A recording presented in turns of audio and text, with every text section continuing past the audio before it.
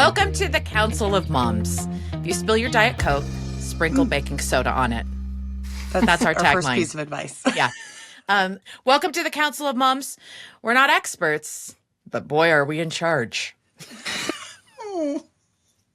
Right?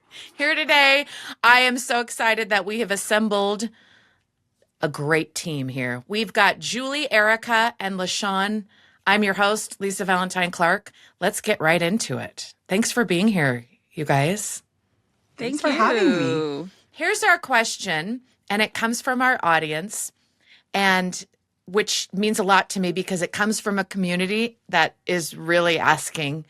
And this is one that I think touches on an aspect of motherhood that we're talking about more now, which I think is great. So I'm really excited to see what you have to say. The question is this: I think my child is experiencing anxiety. How can I help? I know my child is experiencing anxiety. So let's see if we can help. Yeah. Either we're like, I think this is what it is, or I know it's what it is. What is your philosophy? Where do you think you kind of like begin with that? Do you think that it's important to like try to figure it out if it is or not, or just to dive in? Well, I mean, it's important. Like, anxiety is just normal, right? So when we say, I think my child is experiencing anxiety, like, what do we actually mean? Like performance anxiety, public speaking anxiety, existential anxiety about their, life, they're alive. Are they 3 and it's anxiety? Are they 16 and it's anxiety? Yes, they probably are experiencing anxiety because life, right? And so I think for us as mom, the big deal is, like, how do we experience anxiety? Because that's going to impact how our kiddo experiences it. Ooh, good and point. Then we have to be able to kind of see, I'm like, oh, you came by that honest. Don't worry. Me too. It's cool. Here's what I do to calm myself down. Oh, I like that. I was surprised though, too, that I had never experienced like diagnosable anxiety until my 12-year-old, and it's a different animal. Like, I have kids who are nervous or, oh, this is a big deal, or I have a test, this is stressful, to a kid dealing with now that, like, I can't get in the car sometimes because he's so scared someone's going to throw up. So he's like, we're dealing with, like, layer upon layer of anxiety. Really? Having school, like, having to go to the bathroom. It's because he just cannot, like, regulate that anxiety level. So we're dealing with, like... So it's interesting to feel like I think that there's normal things that we can pattern with our children and and like help them to cope through things, which is like really important. And then there's a time where it's like, okay, this is above my pay grade. Like we need to go and like deal with some medical professionals, figure out how we can do this. There was a few things that we did first. Like we named his anxiety so that it wasn't part of him anymore. We named it Steven. So he would call me and he'd be like, Mom, he'd text me, he'd be like, Steven's here. And I'd be like, okay, go walk to the bathroom, go tell your teacher you need a little bit of a break. But we just wanted to disassociate it from like, this isn't a part of you necessarily. It's something that is swirling around in your brain, but it doesn't have to own you. So that's one thing that we did.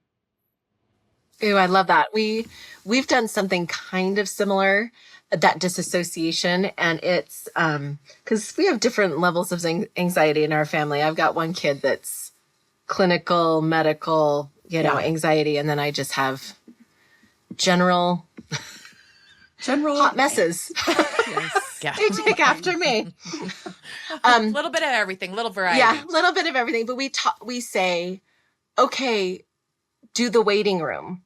And the waiting room is, and this probably works a little bit better, I would say, for just that generalized anxiety. But it's like you're going to have these weird thoughts in your head and you're going to be really super nervous. So think of your head as a waiting room and say, okay, we'll deal with you, but you just need to sit here for a minute.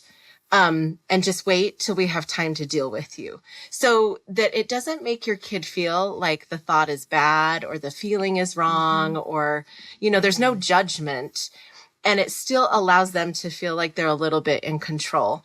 And so it's like, yeah, you can have that. They're just a patient in the waiting room, but you probably have other things you need to think about too. So let's let them see the doctor first and we'll get to this one eventually. Oh, I like that.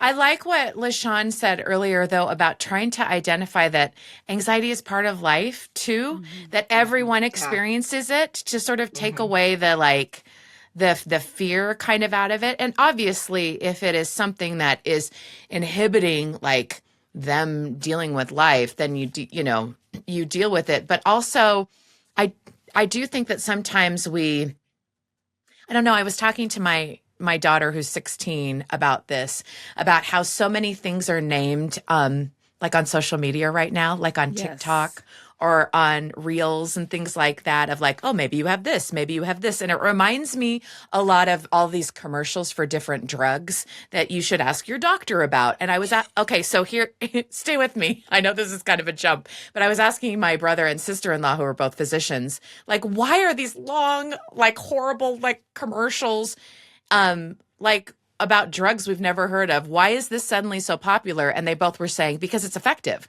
because people do go into their doctor and says, oh yeah, I think I have that condition that I didn't think I had, and I need this drug. And so it's actually kind of a problem in many cases, because a lot of people, they were saying, need it, don't need it, but it's just created this demand for it. I kind of see, or my daughter was suggesting that is the same thing with a lot of these issues. Again, not to say that people don't legitimately have it, but that it's aware, and we're talking about it so much more than like I ever talked about. We never talked about anxiety when I was in high school or junior high. I for sure had it. We didn't talk about it. Would it have been helpful? Absolutely. But the focus, I think, has a lot of these kids framing it and saying, how should I look at it?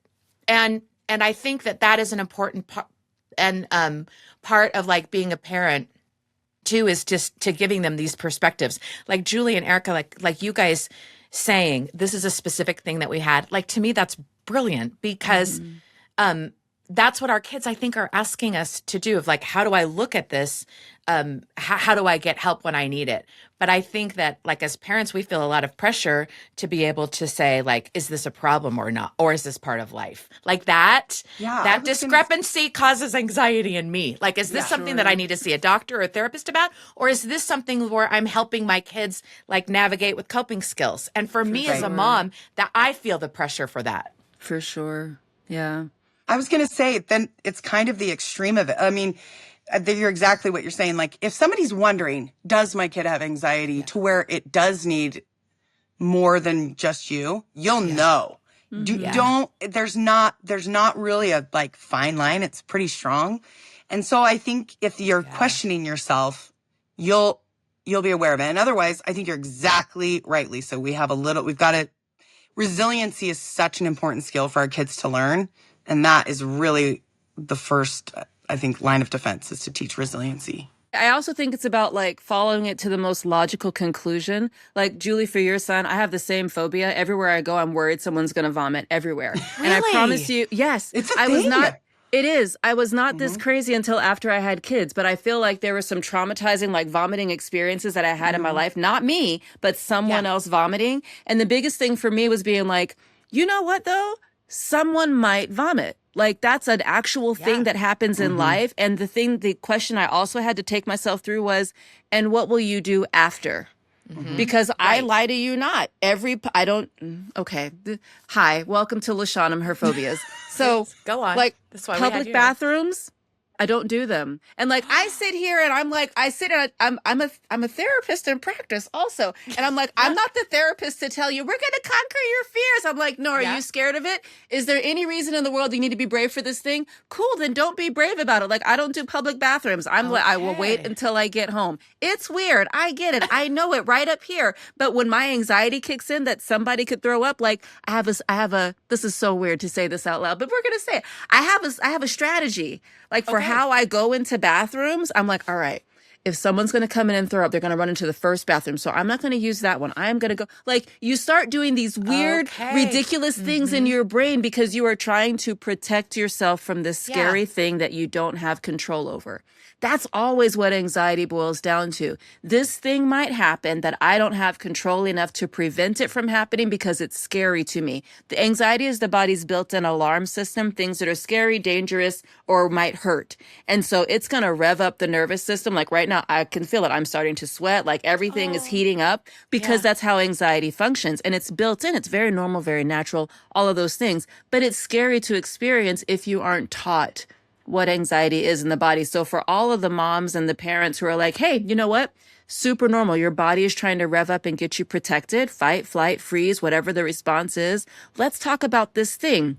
I wasn't scared about plane crashes until after I had kids. I was worried about dying in a plane crash all the time. Flying anxiety, like it's such a big deal. And so I think talking to our kids about it now, normalizing it as part of the human body's experience, naming it like, you know what, kiddo, somebody might throw up. And here's the best thing that we can do if it happens. And I totally get that it's going to freak you out, but it's okay. We'll figure it out. That part is, I think, the other side of the conversation that we need is I can't guarantee you that I can prevent it from happening or that it's not going to be like scary and gross and it might freak you out, but I can promise you we will adjust to whatever the outcome is. And that's the biggest thing, like for me with my kids, I promise you we'll figure it out if it happens. That's the thing that I can promise you. All the stuff up before then, nope, can't, Yeah. it just might happen. I am so sorry. But I promise you, whatever happens, you got me, I got you, and we will figure it out. Does that make sense? Oh, totally. That's awesome. Absolutely. And I think that love that is like that resiliency. And when the worst case scenario does happen, like for my kids, their dad did die. Their aunt really wasn't a plane crash. Like the worst case scenarios have happened. I'm always like, oh my gosh, like, are you nervous about this and this? And it's so funny how they're like, well, what's going to happen? Like, What else? it's What else? no, I mean, I We've hate to reached like, our peak. so it's so weird to me then when it's like, oh, I'm really nervous to go to this party with people that I might not know. And I'm like, that's what you care about? But like the same thing happens to me of like this, like you're nervous to go perform on stage or or to the level of anxiety where like you don't want to do it. Yeah. I think it's important to acknowledge, and I joke with my kids that anxiety isn't something like you can follow it to the logical end, but like it's not logical. You're like, isn't this funny that you're nervous about this, but you've been through this, this, and this, and this, and we kind of laugh about it. But like, yeah, isn't the body really interesting? Isn't your mind very. super powerful? So powerful. Absolutely. One thing I was going to add to something Julie had said a bit ago, which is when your kid is struggling with anxiety and needs help, you're going to know. You'll know. Yeah, that's true. One thing I think that I've done wrong and that I've done right with later kids is the problem with anxiety is you feel so out of control. You feel like you have no control over what's going on. And so the way we have framed anxiety with our younger children is, hey, maybe would you like to get the tools to deal with this? Like, would you like to be able to have more resources for this? And we make it about empowering them. So I know someone who could help you with this because I can talk to you, but sometimes they don't want to talk to me. And they can have some tools that could help you. And I feel like just the way we talk about it and allowing them to think, no, you can handle this. You can do this, makes them feel a lot less victimized by anxiety. Oh, I do love that. Asking their like permission. Yeah. And then reminding them like, no one else is probably paying as much attention to you as you think they are. Yeah. Like I have my older kid worries about, well, I worry about showing emotion in public because what if someone sees me? I'm like, well, what do you think they're going to think? Like, what do you think that they'll see? They don't know you from anything. What are all of the things that they could think if they saw you emotional in public? What would you think? And then my kid was like, well, I would wonder what happened and wonder if they were okay. And I was like, somebody would probably think the same thing about you. Maybe, right? Could that be an option? Yeah. Do you think somebody would make fun of you? I mean, yeah, maybe. Social media is pretty mean some of these days. That's true. It's a possibility. But what do you think is more likely to happen if somebody like you is around when something like this happens? And even just kind of giving them that outside of myself perspective is sometimes a nice reminder too. Yeah. Oh, yeah. I think that's an important point, B, because I do notice a difference in the kind of anxiety from my older kids to my younger kids, and I'm old enough to have raised kids like with social media and without. So I've seen like the difference. And that's like that self-awareness about how you're going to be branded out into the world is totally different and is a different anxiety. And I'm so glad you brought that up, LaShawn, because like my kids, like my younger kids have been like, oh, what if somebody posts something about this or somebody record, then I don't want to try it this and I don't want to do, and I'm always like, what? Like, but I didn't have to worry about that as I was developing into a person because, True. you know, nobody did that. And so being able to acknowledge and saying, oh, most people are just self-absorbed and they're just thinking about themselves anyway. They're not worried about you is like, I find myself saying that. And also I find myself saying, so what? Who cares if they make fun of you? Like, you know, is that going to keep you from doing things that you love? And that's the thing that I think I worry about as a parent, that everyone's going to deal with anxiety on different levels and give them coping skills. I just don't want it to stop them from doing things that they love or developing like friendships, connections, talents, that kind of stuff. And that's kind of what I think about, of like how much does that inhibit them from trying? Yeah, I'm thinking about how LaShawn was talking about what if we processed all the things that could go wrong. But then I also wonder if you processed all the things that could go right. That's right. Right? Like, Yeah. so what if the opportunity was that like it was a really terrible activity and nobody wanted to talk to you and nobody wanted to be around? Or what if you went and everybody wanted to talk to you and everybody asked how you were doing and you ended up making a new friend, right? Like reframing even for the positive aspects, Yeah. because your mind's just circling the drain on the That's it. negative side and you're That's it. missing all of the infinite possibilities on the plus side. I love that. Mhm. I love that. My kids love it when I try to look on the bright side. Oh yeah, It's their favorite. Always. Favorite thing. Handed to them by their mom. There's They a really little enjoy window that when the they're most. younger, but when they're older, and I'm like, or it It's not could gonna be happen, great Mom. and a success, and you could get cast and make new friends. I mean, you could, and they're always But it like, probably won't. you always say that. Yeah. But that's why I like what Erica said earlier of like, would you like the tools to deal with this better? Like, I can help you, and someone else can help you too. And if you were doing that with small children, maybe that's already impactful, right? Like if Yeah. you're meeting that with small kids and they're learning that framing from young, Yeah. then they're probably going to get into the practice of that, right? So Well, can I hopefully- tell you an example of this? And this is Please. no credit to me. We are driving in the car. We are having a conversation. It's a little heated. And I look in the back seat and my kid is sitting straight up with their eyes closed like this. And I'm like, are they asleep? Like, what are they doing? What's happening? And I stop. I'm like, dude, what are you doing? And I see him like come out and he says, Mom, I'm being mindful right now because I'm feeling some things. And I'm like, Okay. where did you learn this? And he's Okay. like, our teacher at school does it every day. We have to practice. So when we feel things that we don't like, we have to be more mindful. And I'm like, Oh, I love yeah, I mean, I that. meant to teach you that too. Yeah, me But too. I was- So I do that too. Me too. I've been doing that forever. I'm doing it right now. But like, he was 6 years old. But 6 He years was? old. Oh. 6 years old. And I love that it's like, oh, and this kid to this day still has that skill. So beautiful. I God wish bless that that I would teacher. have done that when my kids were younger. That is Yeah. one thing that I'm like, oh, I wish I would have had the. But you know, you teach them when they're earlier. learn. Yeah, They'll survive. They will. They'll be. You They'll be have great okay. kids. It worked out pretty well. they're scrappy and they've got a dark sense of humor, I love them. which is also mindful in its own way. I don't know, you guys.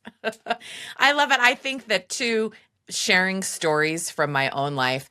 I mean, here, as my kids have gotten older, like, is everything okay? Thank you. That I got an amen from the dog. As my kids have gotten older, my parenting trick or hack has just been to lay all the cards out on the table.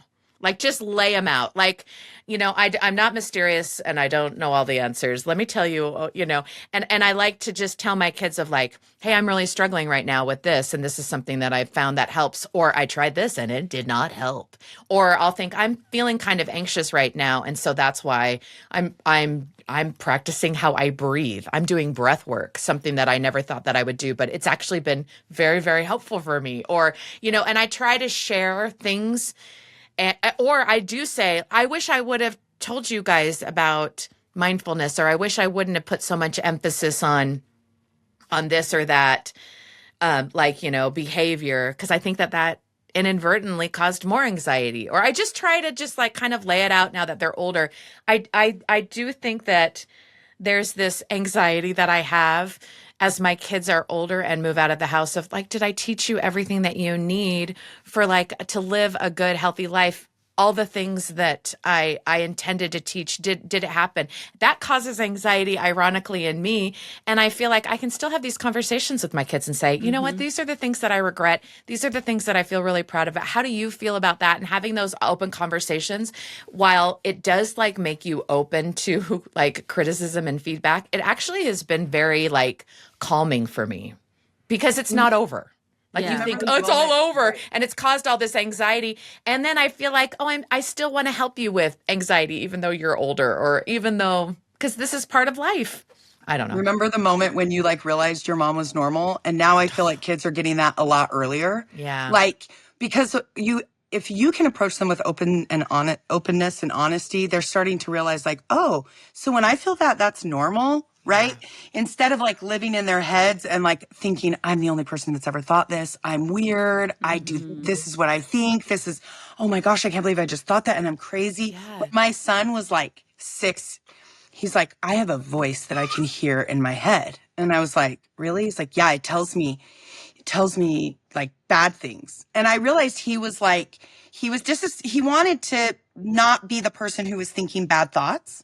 Yeah. And so he doesn't want to, and he's testing you too. Yeah, he was like naming like, what do you think about this? And I said, buddy, everybody's brain does that. I'm like, everybody's brain thinks really weird things. Like, I wonder what would happen if my car ran into this wall. Yeah. Like, I'm like, our brain just triggers stuff like that, just naturally. And he's like, really? I'm like, yeah. I'm like, you get to also then tell your brain, oh, that was weird. Like, maybe we just don't need, like, let's move on to our next thought, right? And so we, like, processed through, like, and he was like, oh, that's normal. Oh, okay. Like, yeah. I'm not super weird. Everybody's brain does weird things. Instead of, like, living in their brain, can you imagine, like, stewing in the idea of, like, I can't believe I thought that. Nobody else would ever think that. I'm the weirdest person ever. I'm gross. I'm disgusting. I'm whatever. So I love that, Lisa, like, the idea of just, like, living your truth and honesty so that they see that that's human. Yeah. Yeah. And I feel like one of the most healing things for anxiety, I mean, to me, the scariest thing would be to be alone, right? Yeah. To be alone. And you feel that way when you have anxiety because you're like, I'm the only person that's ever thought this crazy thing, or I'm the only person that struggles with this. And how come everyone else can do it just fine and I can't do it? And I swear it was worth all the money to my therapist to have them say these words. That's normal, just like you said. And I just think unless we have that talking relationship with our kids, they're never going to hear those words. That's normal. And so that did wonders for me as a young mom who was really struggling. So for sure. And just having somebody be like, oh, that makes sense. Oh yeah, that is kind of weird, isn't it? What do you think? Why is that happening? Like, just to be able to like receive something. And like, again, that's why I was saying, for the mom with the baby, that's, everybody's a baby. My kids are all babies to me. But I think my kids experiencing anxiety. Okay, that makes sense. Okay, how we respond to it, right? And that's us being able to kind of ground and baseline inside of ourselves because, your kid comes to you, I hear voices. Really? That's interesting. What kind of voices? Is it just one or two? Because who hasn't said, the committee's going to get together and make a decision? Like we all have like made colloquial statements out of this kind of stuff. And sometimes we do have intrusive thoughts. And there are people who really do struggle with the fact that they have intrusive thoughts. And then it's like, maybe it's just an intrusive thought. The brain is doing all these things called predictions, and it's just trying to predict the best thing. And it's like Plinko. They're just dropping all the little balls to see where the ding, ding, ding, ding, ding, ding, ding, and where they're going to land. And then you get to have this relationship with your thoughts, which is like, you know what? Like you said, the waiting room, right? Let's put this one over here for a little bit. Still important, not thrown away, not disregarded, not bad, just waiting. And I think giving that framework, giving them something that they can do, because again, anxiety is like, I can't do anything. I'm stuck. I'm helpless. I don't have any control. Waiting room. Okay, wait there. Not go away, banish, bad, awful, horrible. How could you? Nope. Waiting room. Steve's here. He brought a friend. Friend's name is Roger. I don't know what to do. Awesome. Did they bring cupcakes? Have they brought anything good with them? Because if not, they can go to the waiting room. Yeah. Like did they bring anything good? Did they bring anything good? Is it cupcakes? Is it helpful? Is it helpful? Is it kind? Get out. Yeah. So just really playing with it and allowing their brains to do some more fun stuff, but it's more like productive and helpful fun stuff that gives them something so that they're not helpless and lacking control. So I love the idea that I feel like we've had like accept and listen to it, but also I think Lisa's right in the fact that like there can be a point where you are like overemphasizing it too. Like I don't think you want to get to the point where it's like, oh my goodness, yeah. I'm sharing my anxiety here. So maybe it's the approach of like approaching it confidently. Like, yeah, that's normal. That's how we feel. Oh, is this something that's too much? Oh, maybe I could offer you some help. Or right. And isn't that what we want to do as moms? Of like, we are on your team. We're on your side. And some of our anxieties, it's good to share with our kids, and some it's not. Yeah. And it's good because then that adds to theirs. Like my anxiety, for example, I'm just going to pick this hypothetically about my daughter's grades. Like I don't need to always put that on her. Just because I have that, I can share that with my own council of moms. Yes. Do you know what I mean? Mm-hmm. Like, and if I keep putting on, it's going to add to hers to something she's not experiencing. Mm-hmm. You know what I mean? Because like subconsciously, I'm like, if you don't worry about this, then I'll worry about it twice as much. And that's not healthy either. But this is one of the reasons why I like the council of moms. Like, right? Like you need your people to be like, I'm really worried about this. And it's like, oh, okay, well, what, you can do for us the things that, we do for our kids, right? Like, okay, well, let's take it to the extreme. What if she fails? What if this happens? Then what's the word? Like, it's going to be okay. But I don't need to always put that on her. Sometimes when my kids are experiencing anxiety, I think, ooh, have I been contributing to that or not? So. Yeah, my kids don't like throw up because of me. And I'm like, sorry. What did I do? Yeah. I had a moment like that with Frank once where I was like after him about something. He's my 15-year-old. And I was like, and this and this and this. And I'm like, hitting it so hard. And he looked at me and he goes, do you think I don't know that? Do you think I don't already feel that? And I like, well, yeah, I actually did think you didn't know that. And I actually did think you weren't feeling that. That's why I was pressing it, because I really wanted you to feel those things, and I really wanted you to change and to not do that anymore. But it was so funny to like watch him, because it like my light bulb went on. I was like, oh, dude, like he feels it, and you're actually just increasing that feeling of guilt, that feeling of anxiety and stress and worry. And like, instead of being like his cheerleader, I was like, just like, I don't know, pushing it in just a little bit tighter. Like, here you go, you got it. Out of our own anxiety. Yeah, for sure. Oh, I've been there. Yeah. Well, I love it. I really have appreciated this conversation just about the awareness and the honesty and the vulnerability of like knowing where to shift. And this is why I think it's important to talk to people who've experienced it on different levels, who've done things right, who've done things wrong, me, and who are still in it and fighting. And that's what I love about the Council of Moms. Thank you so much for being here, Julie, Erica, LaShawn. Thank you so much. And thank you for listening to The Lisa Show, presenting the Council of Moms. And if you are listening wherever you get your podcasts, that's awesome. If you want to see what we look like, we're over on YouTube. And I hope that you'll subscribe over there, because we've got a fun community building over on YouTube where you can ask your Council of Moms questions. And we'd love for you to subscribe to the Council of Moms over there on YouTube and to join us in continuing all these conversations, because we're all in this together, the experts, not, but still in charge. Thanks for joining Council of Moms.